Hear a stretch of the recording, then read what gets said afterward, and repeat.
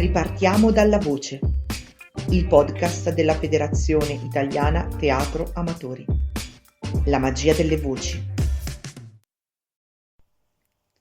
Poesia di Cecilia De Maria.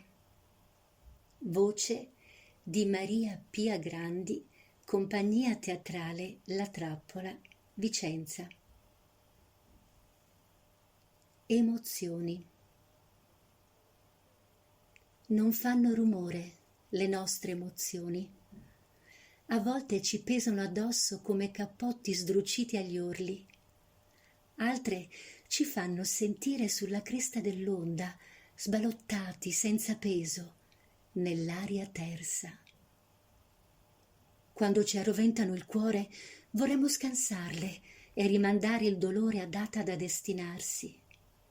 Improvvise e rapaci ci piombano addosso piantando gli unghioli affilati.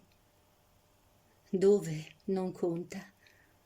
Sono comunque strazianti, conseguenze pesanti del nostro vivere o del nostro morire giorno per giorno.